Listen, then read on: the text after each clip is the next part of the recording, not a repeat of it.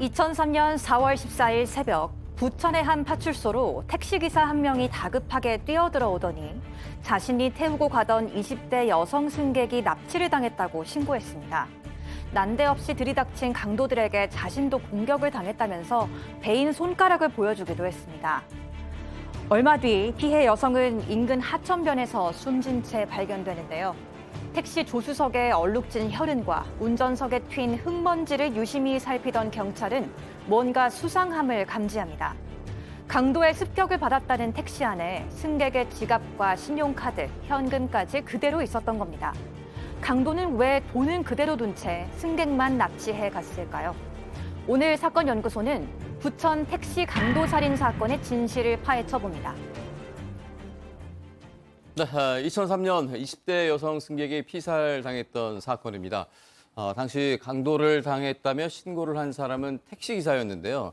자, 그럼 먼저 택시기사가 신고한 사건 당시 상황부터 한번 정리를 해볼까요?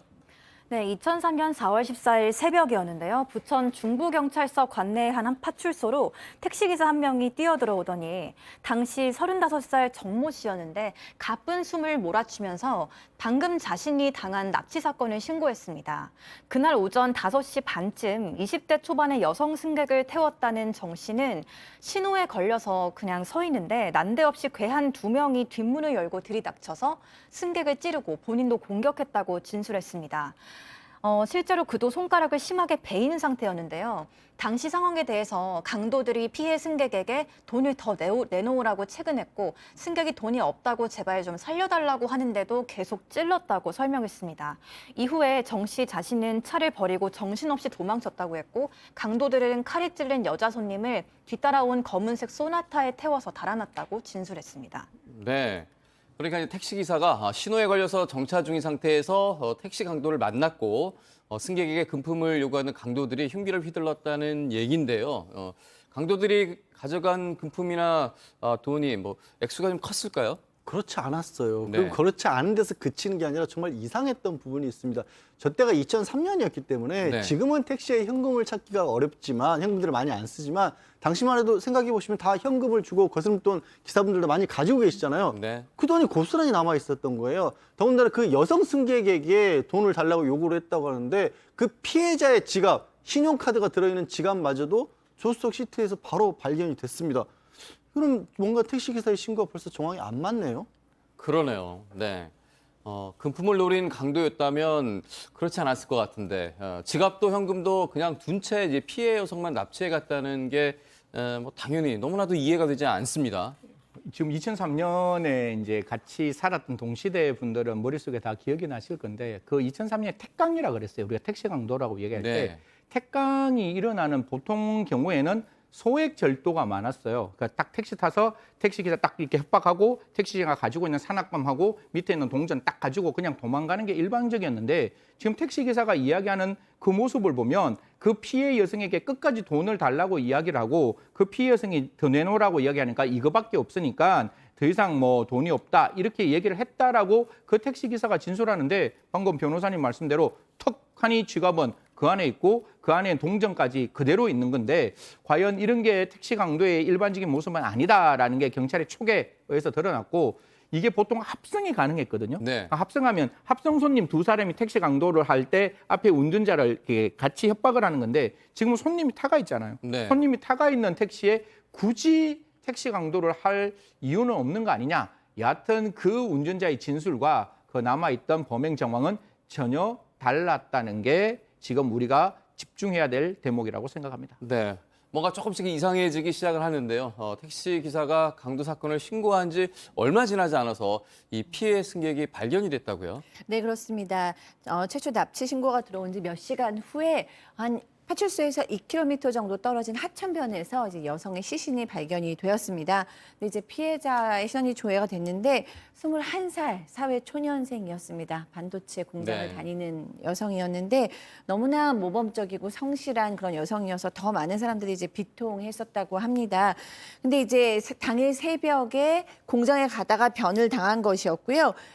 이 양 씨였는데요. 이 양 씨가 변을 당한 그 주변이 보니까 비포장 도로고 흙 웅덩이가 많았다고 합니다. 그런데 그 흙 웅덩이에 곳곳에 혈흔이 있었다고 해요. 그래서 현장 감식 반원이 이 현장에 혈흔하고 흙을 용기에 담아와서 국과수에 의뢰하게 됩니다.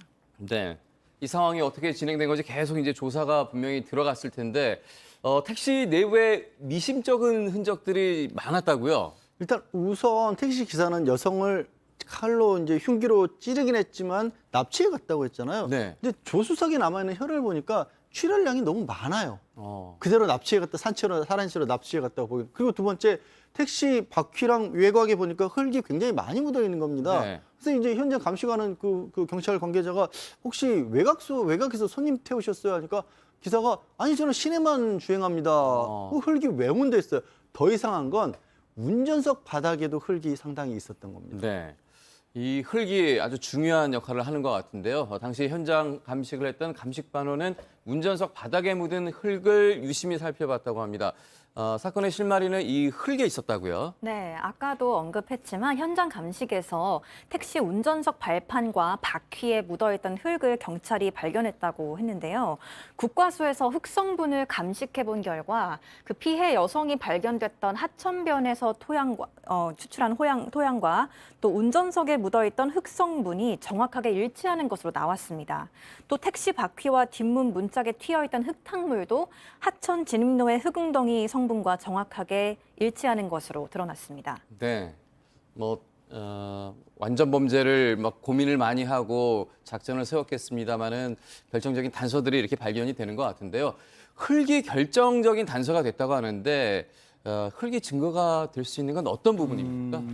조금 약간 어려울 수 있는데 시청자님께 네. 좀 설명을 드리면 하나는 광물학적 방법이라는 게 있어요. 이 광물학적 방법은 평관형미경으로 이 광물이 어떤 광물인지를 확인하는 건데 주암 광물의 어떤 종류가 우리가 알기로는 3,000여 가지가 된다라고 이제 기록에는 나와 있는데 네. 그걸 조금 더 줄이다 보면 이게 한 몇 수십 종 정도밖에 되지 않는 거예요. 그러면 예를 들어 가지고 방금 제가 말씀드리는 광물학적 방법으로 거기에 있는 토양, 흔히 말해서 피해자가 발견된 그 지역의 토양과 지금 이 운전자의 신발에 묻어 있는 토양을 딱 비교해 보면 어느 정도 일치하면 이 사람이 그 피해 현장에 갔다는 건 첫 번째 네. 입증할 수 있는 거잖아요. 두 번째는 크로마토그래프라 그래가지고 우리가 그 흙 안에 있는 유기물, 무기물을 분석하는 방법들이 있습니다. 그래서 그 유기물과 무기물을 분석해서 이 토양이 어디로부터 흘러나왔고 어디로부터 갔는지를 확인할 수 있는 어떤 내용이 나오는데 외국 연구 결과에 따르면 토양은 색상에 따라 한 1,100여 가지로 이제 구분될 수 있다라고 하는데요. 그걸 통해서도 과연 이 흙이 거기 있는 흙과 똑같은 흙인지를 확인할 수 있는 방법들이 있습니다. 사실 우리가 흙을 분석한다는 것은 굉장히 많은 내용들이 들어와 있는데 그 흙 속에 있는 기름이라든가 유리라든가 비료라든가 농약이라든가 그 안에 있는 섬유까지 우리가 분석할 수 있는 거라서 사실 범죄 현장에서 우리가 CSI라 그러죠. 그런 어떤 흙의 분석은 그 피해자가 가해자가 어떠한 상황인지를 분명하게 말해줄 수 있는 또 하나의 정황 증거가 될 수 있다라고 말씀드리겠습니다. 네. 또 과학적인 방법으로 조사를 잘해서 단서를 잘 잡아내고 갔는데 여기에 범인을 특정할 수 있는 어떤 그 결정적인 증거가 하나 더 있었다고요? 일단 아까 그 택시에 흙이 많이 묻어 있었다고 했잖아요. 네. 근데 그게 시신 발견된 장소의 흙하고 일치를 했습니다. 그럼 그 택시가 시신 유기된 장소에 갔었다는 얘기잖아요. 그렇죠. 그리고 운전석에도 발견이 됐으면 이 택시 기사가 내렸었다는 얘기가 되는 거고 더 결정적인 건 뭐냐면 이 시신이 발견된 곳에 있는 혈흔을 일부를 분석을 해보니까 네. 그 피해 주인이 택시기사였던 거예요. 네. 택시기사는 원래는 자기 택시 안에서 처음 강도를 당할 때 이 범인들로부터 공격을 받아서 손가락을 다쳤다라고 했는데 그러면 그 택시기사의 피가 왜 시신 유기 장소에 떨어져 있겠습니까? 그렇죠. 그럴 리가 없잖아요. 네. 사실은 이제 피해자를 공격하는 과정에서 스스로도 다쳤던 거라서 혈흔이 남은 거였습니다. 네. 이 두 가지 증거를 잘 이제 종합을 해 보면요, 경찰은 택시 기사를 범인으로 특정을 했습니다. 바로 당신이 범인이야 이렇게 경찰이 밝혀냈는데요. 그렇다면 택시 기사는 왜 이런 범행을 저지른 건가요? 네, 당시 사건을 수사했던 경찰에 따르면 정 씨의 피해 진술도 상당히 일관되지 않았었고 또 정 씨의 바지에 혈흔이 다량 묻어 있었던 점 그리고 네. 정 씨 운동화와 택시에도 사체 유기 현장의 것과 비슷한 흙이 튀어 있었던 점을 고려했을 때 정 씨를 이제 범인으로 추궁을 했는데요. 처음에는 완강하게 부인하다가 경찰이 이렇게 확실한 증거를 들이밀자 결국 자백을 했다고 합니다. 정 씨는 7개월 전부터 개인 택시 영업을 해왔지만 돈벌이가 신통치 않았고 무리하게 구입한 택시에다가 도박에 빠져서 카드값이 밀리면서 빚이 거의 1억 원 가까이 늘어났다고 합니다. 그래서 자기 택시를 이용해서 강도짓에 나섰다고 자백을 했는데요.